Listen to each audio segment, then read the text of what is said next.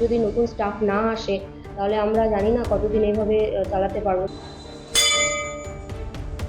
না, এরকম তো কোনোদিন বাজায়নি, আর এরকম অভিজ্ঞতাও নেই।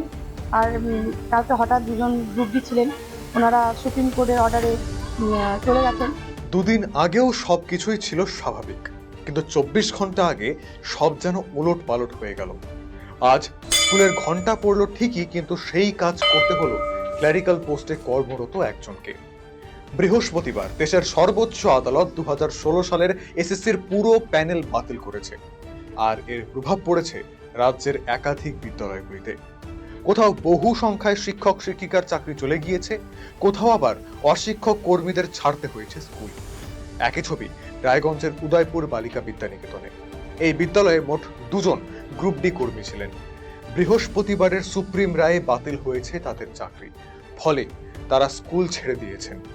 এই মুহূর্তে তাদের কাজগুলো কারা করবে তা নিয়ে সমস্যা তৈরি হয়।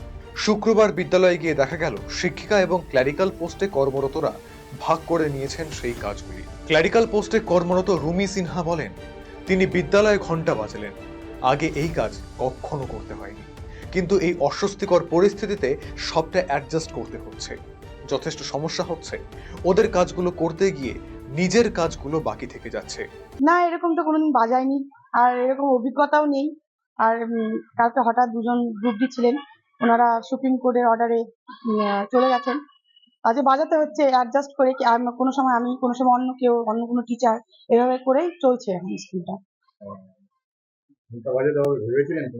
না, একদমই ভাবিনি, বাজাতে হচ্ছে, পরিস্থিতি ওরকমই। কি প্রয়োজন স্কুলে কলেজে? আমাদের না সত্যি খুবই প্রয়োজন, যেমন পরীক্ষা চলছে। ওরা যখন ছিল মানে সত্যি সবই ওরাই করতো, খাতা এই ঘর থেকে ওই ঘর নিয়ে যাওয়া, মানে খাতা রেডি করা, সিল করা, সেগুলো ওদেরই কাজ। তো সেগুলো হ্যাঁ সবই এখন আমাদেরকেই করতে হচ্ছে। খাতায় হিসেব করা, গুনে গুনে প্রতিটা ঘরে ঘরে দেওয়া, সবকিছু। তবে জল পৌঁছানো, স্টাপলার পৌঁছানো, যখনই কোনো স্টুডেন্টের কিছু হয়ে যাচ্ছে, জলের প্রয়োজন, গিয়ে পৌঁছানো, সবই করতো। এখন সেগুলো আমাদেরকেই করতে হচ্ছে, দৌড়তে হচ্ছে এদিক ওদিক এদিক, আর এদিকে তখন আমাদের কাজগুলো আটকে যাচ্ছে। বিদ্যালয়ের প্রধান শিক্ষিকা নবনীতা সরকার বলেন, তারা অথই জলের মধ্যে পড়ে গিয়েছেন। যাদের চাকরি গিয়েছে তারা বিদ্যালয়ের প্রচুর কাজ করতেন। এখন শিক্ষিকা এবং অন্যান্য কর্মীদের ভাগ করে সেই সমস্ত কাজ করতে হচ্ছে। এই পরিস্থিতি দীর্ঘস্থায়ী হলে সমস্যা আরো জটিল আকার ধারণ করবে। আমরা একরকম অথৈ জলেই পড়েছি। আমি গতকালও বলেছিলাম যে গেট খোলাটা দিয়ে ওদের কাজ শুরু হয় আর গেট বন্ধ করা দিয়ে শেষ হয়। তো আজকে সেই শুরুর কাজটা আমাদেরই করতে হচ্ছে, আপনি তো দেখলেনও। এবার ওদের শুধুমাত্র গেট খোলা, ঘন্টা দেওয়া নয়, পাশাপাশি আরো অনেক কিছু খাতাপত্র এদিক ওদিক করা। আমাদের যেমন বাস্তবেটিক পরীক্ষা চলছে, শুরু হয়েছে, পরীক্ষার মাঝে হঠাৎ করে এরকম একটা ঘটনা ঘটেছে। তো ওদের যে কাজগুলো ছিল সেই কাজগুলো এখন আমাদের বিভিন্ন শিক্ষিকাদের মাধ্যমে এবং আমাদের যে ক্লারিক্যাল স্টাফরা আছে ওদেরকে দিয়ে রিকোয়েস্ট করে বা বলে বুঝিয়ে, ওরাও বুঝতে পারছে বিষয়টা, মানে আমরা কি সমস্যায় আছি এই মুহূর্তে আমরা সকলেই বুঝতে পারছি। যদি নতুন স্টাফ না আসে তাহলে আমরা জানি না কতদিন এইভাবে চালাতে পারবো। তবে আমাদের প্রধান শিক্ষিকা হিসেবে বলতে পারি, বিদ্যালয় পরিচালনা করতে গিয়ে প্রতিদিনই কম বেশি নানা রকম সমস্যা আমাদের এরকম থাকেই, মেনটেন করে চলতে হয়। কিন্তু এই সমস্যাটা দীর্ঘস্থায়ী যদি হয়ে যায় তাহলে আমাদের পক্ষে খুব মুশকিল হবে। তো সত্যি আজকে খুব খারাপ লাগার জায়গা, একটা শূন্যস্থান, একটা ফাঁকা জায়গা তৈরি হয়েছে।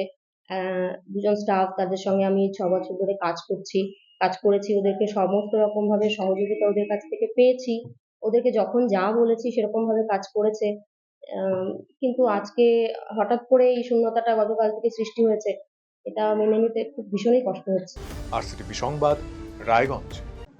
রায়গঞ্জবাসীদের জন্য সুখবর, যারা দীর্ঘদিন ধরে পেটের সমস্যায় ভুগছেন তাদের জন্য রায়গঞ্জ দিশারিতে আসছেন ব্যাঙ্গালোরের প্রখ্যাত গ্যাস্ট্রোএন্টারোলজিস্ট ডাক্তার ইরশাদ আলী, এইচএমডি, ডিএনপি।